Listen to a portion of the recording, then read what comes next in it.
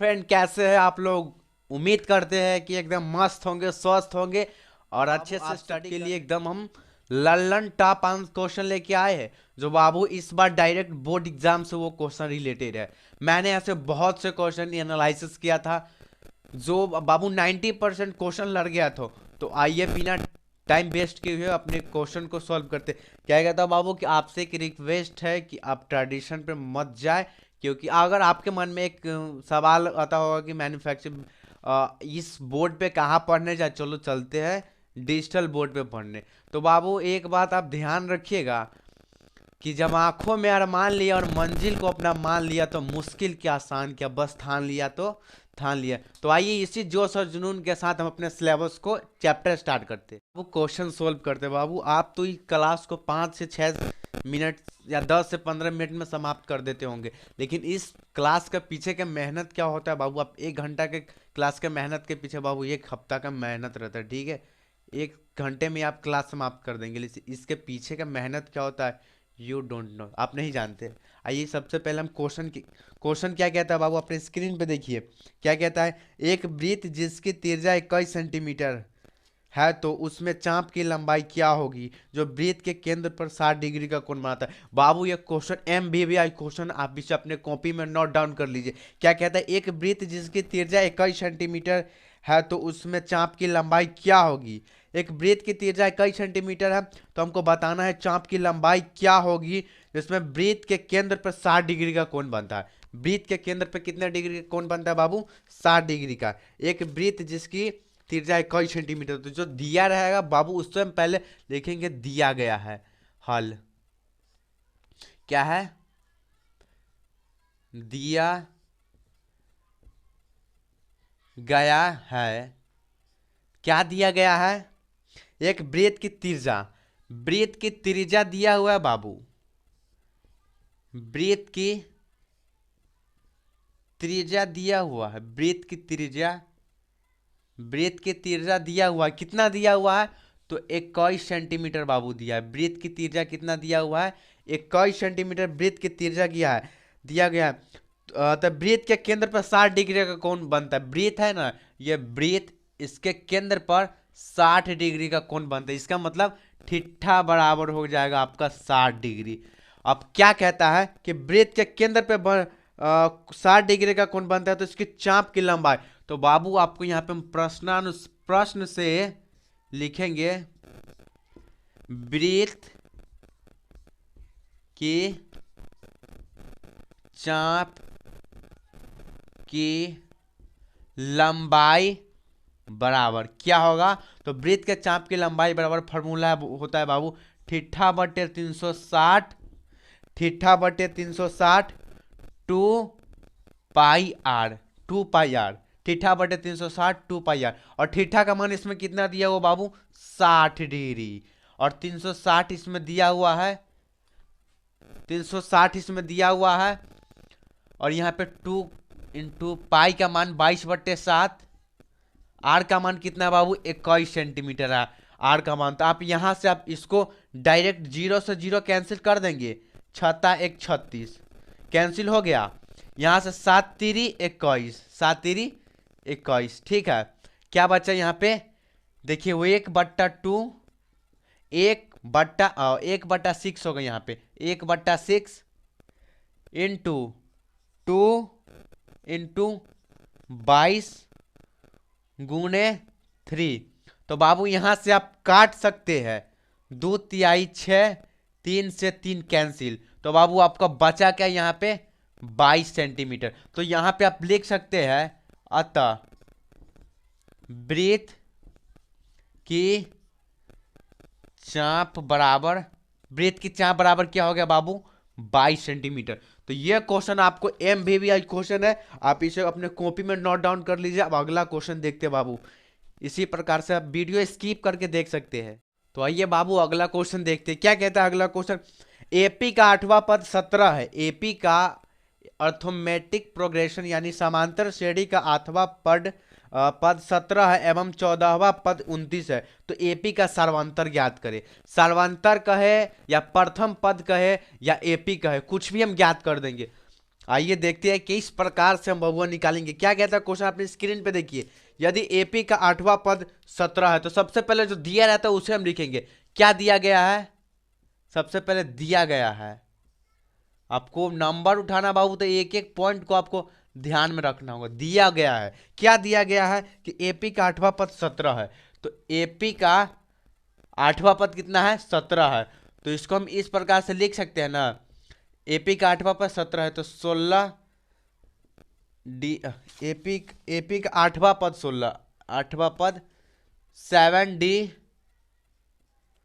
बराबर 70। तो समीकरण एक इसे हम मानेंगे। और अगला क्या कहते हैं, अगला क्वेश्चन, अगला इसका स्टेप है एवं 14वां पद 29 है। तो a प्लस 13D बराबर 29, a प्लस 13D बराबर 29। तो हम यहां पे फिर लिखेंगे प्रश्न से क्या लिखेंगे?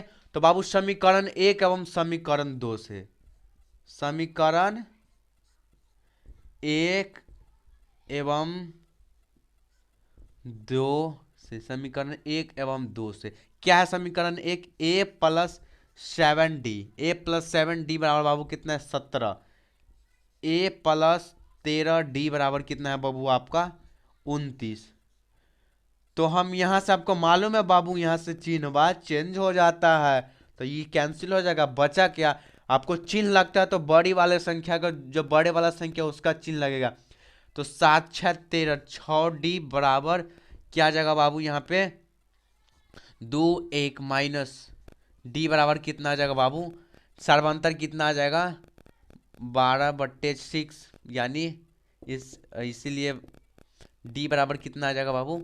D बराबर 2 आ गया। ठीक है, तो बाबू आप यहाँ पे देखिए, अगर यहाँ से हमें प्रथम पद यानी ए भी निकालने को बोलता तो भी निकल जाता। कैसे? अगर समीकरण 1 या 2 में हम डी का मान डालेंगे ना, तो यहाँ पे ए का मान निकल जाएगा और ए और डी का मान निकल जाएगा। तो आपका सिंपल है कि निकल जाएगा, एपी भी निकल जाएगा, सर्वाधि समांतर श्रेणी भी निकल जाएगा। क्योंकि ए समांतर श्रेणी में दो चीज ही है, और समांतर श्रेणी में सिर्फ दो चीज है, ए और डी के अलावा कुछ भी नहीं है। तो बाबू ये क्वेश्चन काफी इंपॉर्टेंट है, इसे भी आप नोट डाउन कर लीजिए। अगला क्वेश्चन क्या कहता है?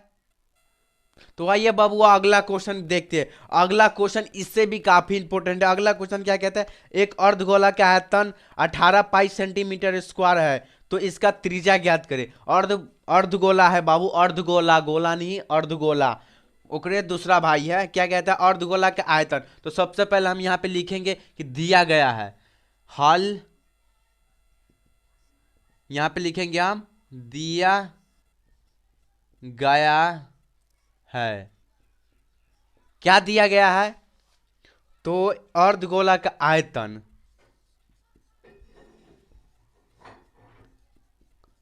अर्धगोला का आयतन, यह आयतन कितना दिया हुआ बाबू? अर्धगोला का आयतन कितना दिया हुआ है? अर्धगोला का आयतन 18 पाई सेंटीमीटर स्क्वायर दिया हुआ। तो बाबू एक बात आप ध्यान में रखिए कि जो चीज दिया रहता है उसी चीज से उसका आंसर निकलेगा। तो यहाँ पे देखिए आयतन यहाँ पे दिया हुआ 18 पाई, तो हम अर्धगोला का आयतन क्या होता है बाबू? अर्धगोला का आयतन होता है 2/3 पाई आर क्यू। तो 2/3 पाई आर क्यू, यहाँ पे देखिए 18 पाई है, तो यहाँ पे बाबू हम पाई से पाई को कैंसिल कर दे तो बचा क्या? यहाँ पे 2/3 आर क्यू बराबर 18। तो मालूम है बाबू जो बट्टा में रहता तो भाग में चला जाता पक्षांतर होने के पश्चात। यहाँ पे आर क्यू है, तो आर क्यू है तो ये 3 ऊपर चला जाएगा, 3/2 इंटू 18। तो क्या आ जाएगा? 2 से 9 और 9 तिये 27 हो जाएगा। 9 तिये यहाँ पे क्या आ जाएगा? आर क्यू बराबर 27। और यहाँ पे मालूम है बबुआ कि यहाँ से स्क्वायर हटता है तो यहाँ पे रूट चढ़ता है, या क्यू हटे तो यहाँ पे रूट चढ़ेगा। क्या चढ़ेगा? रूट चढ़ेगा। तो यहाँ पे, यहाँ से स्क्वायर हटे तो यहाँ पे रूट चढ़ा और यहाँ पे क्यू आ जाएगा। क्यू आने के बाद यहाँ पे देखिए, यहाँ पे आप 27 का गुणनखंड कीजिए। 3 से 3 नामा 27, 3 से 3 और 3 से 1, क्या गया बाबू आपका? तो यहाँ पे देखिए 27 का किए तो क्या आया 27 का आपका, 27 का किए तो यहाँ पे आपको मालूम है कि जब स्क्वायर रहता है तो जोड़ा लेते हैं, और जब क्यू रहता है तो 3 3 का जोड़ा लेते हैं, 3 3 का जोड़ा लेते हैं। तो यहाँ पे देखिए क्या आ जाएगा, इस तीन को में से एगो तीन हम बाहर निकालेंगे तो आर बराबर आपका कितना आ जाएगा, तो आर बराबर आपका 3 आ जाएगा। तो और यहाँ पे हम लिखेंगे चूंकि अर्धगोला अर्धगोला का आयतन कितना आ जाएगा बाबू, अर्धगोला का आयतन 3 सेंटीमीटर स्क्वायर। ये आपको छोड़ना नहीं तो नंबर कट जाएगा बाबू, ये आप समझिए। यहाँ पे अर्धगोला के आयतन दिया हुआ है कितना, 18 पाई सेंटीमीटर स्क्वायर दिया हुआ। तो अर्धगोला के आयतन से ही हम अर्धगोला का आयतन निकालेंगे। तो अर्धगोला का आयतन कितना होता है, 2/3 पाई आर क्यू। तो 18 यहाँ पे बचा, पाई से पाई कैंसिल, और 2/3 इंटू आर क्यू बराबर 18। तो यहाँ पे पक्षांतर किया तो ये मान चिन्ह चेंज होगा, गुणा में था तो ये भाग में बट्टा यानी बाई चेंज हो गया। यहाँ पे देखिए 2 से 18 को हम काट दे 9 मरते में, आर क्यू बराबर 27।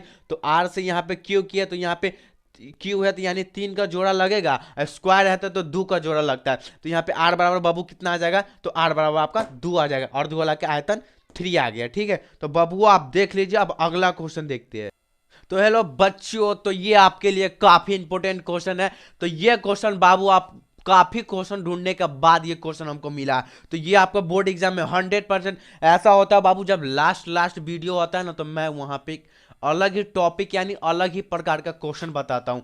आप यहाँ पे क्वेश्चन क्या कहता है बाबू, भले पोलिनोमियस का ये, लेकिन 1 नंबर क्वेश्चन है। क्या कहता है बाबू, यदि अल्फा और बीटा बहुपद है, यदि अल्फा और बीटा बहुपद बराबर x square minus 2x minus 8 के शून्यक हो तो alpha plus beta minus alpha beta का मान ज्ञात करें। तो ये बाबू आप रट लीजिए, ये क्वेश्चन को रट लीजिए। क्या कहता है, अल्फा बीटा दिया हुआ, यहाँ पे आपका दिया हुआ है कि एफ एक्स दिया हुआ, स्क्रीन पे देखिए क्या देख रहा है, x square minus 2x minus 8 दिया हुआ है।